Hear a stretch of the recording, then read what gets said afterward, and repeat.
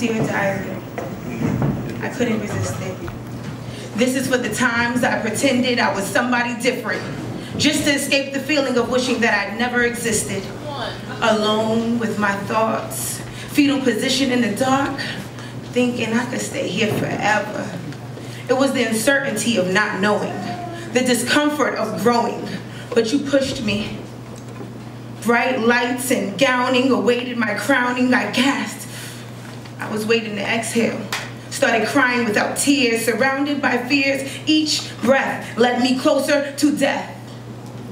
Heavily medicated and sedated to erase the pain I didn't want to feel.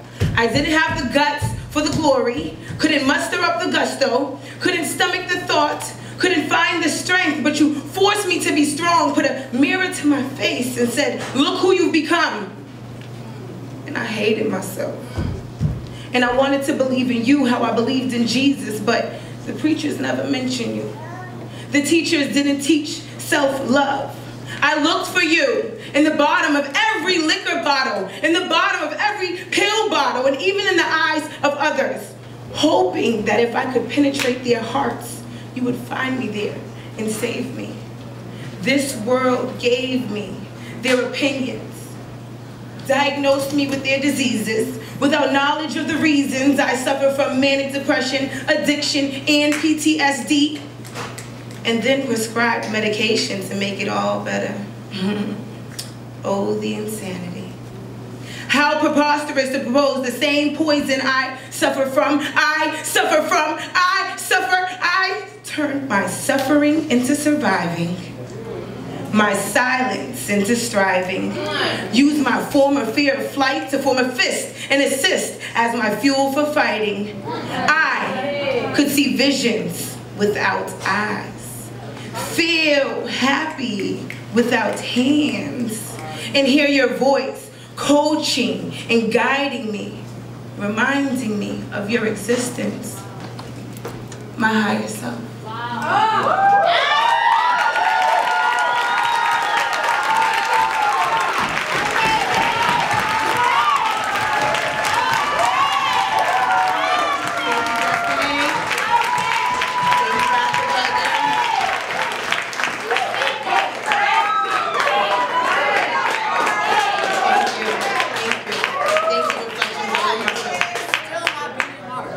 My name is Kiki Banks. I live in Roxbury, USA. I'm gonna do another poem for you guys tonight. And I'm gonna give you a little background story about it. I belonged to a program when I was growing up called the National Black College Alliance. And while we were there, we were questioned how we felt about the violence in the inner city. And we all, you know, got our little notebooks out and wrote our responses, but a lot of our responses were vague. And as I got older, I resurfaced that question. How do I feel when I hear gunshots? So I wrote a poem. I write. I put pens to papers and make words ignite. I write fire. I write ice. I like to write, and I write what I like. Because these are my words. In a house where the children were seen, but not heard. In a house where the children were seen, but not heard, I heard gunshots. Frozen into time, I think forward, rewind, and relapse on times that I heard gunshots like, wait a minute, I just heard gunshots. Did you just hear gunshots? When I hear gunshots, I think of Biggie and Pac. Hip-hop's negative influence on our young, delicate black minds, nah.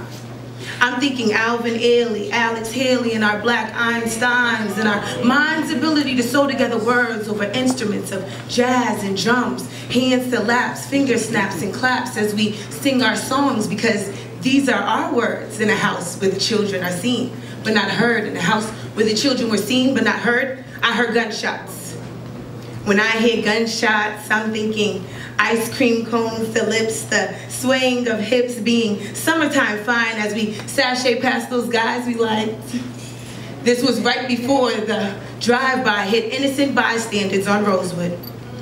Nah, when I hear gunshots, I'm thinking Rosewood. A town burned down to the ground in Florida. Several lives slaughtered on a pursuit for one man. One man who may or may not have even existed. When I hear gunshots, I'm thinking bombs over Baghdad. No. I'm thinking Tulsa, Oklahoma. Bombs being thrown from planes that have been stolen from black pilots. Government issuing a budget specifically for black riots. When I hear gunshots, I'm thinking Bloods and Crips and Black Panthers, black poets, authors, and dancers. When I hear gunshots, I'm thinking Harlem Renaissance. Viva la Resistance. We shall not be moved. One nation under the roof, nothing can stop us now. When I hear gunshots, when I hear gunshots, when I hear gunshots, I'm thinking Keon Agene, Andre Stone, Ashe. I'm thinking Odin Lloyd, Ashe. I'm thinking Ayanna Flannery, Ashe.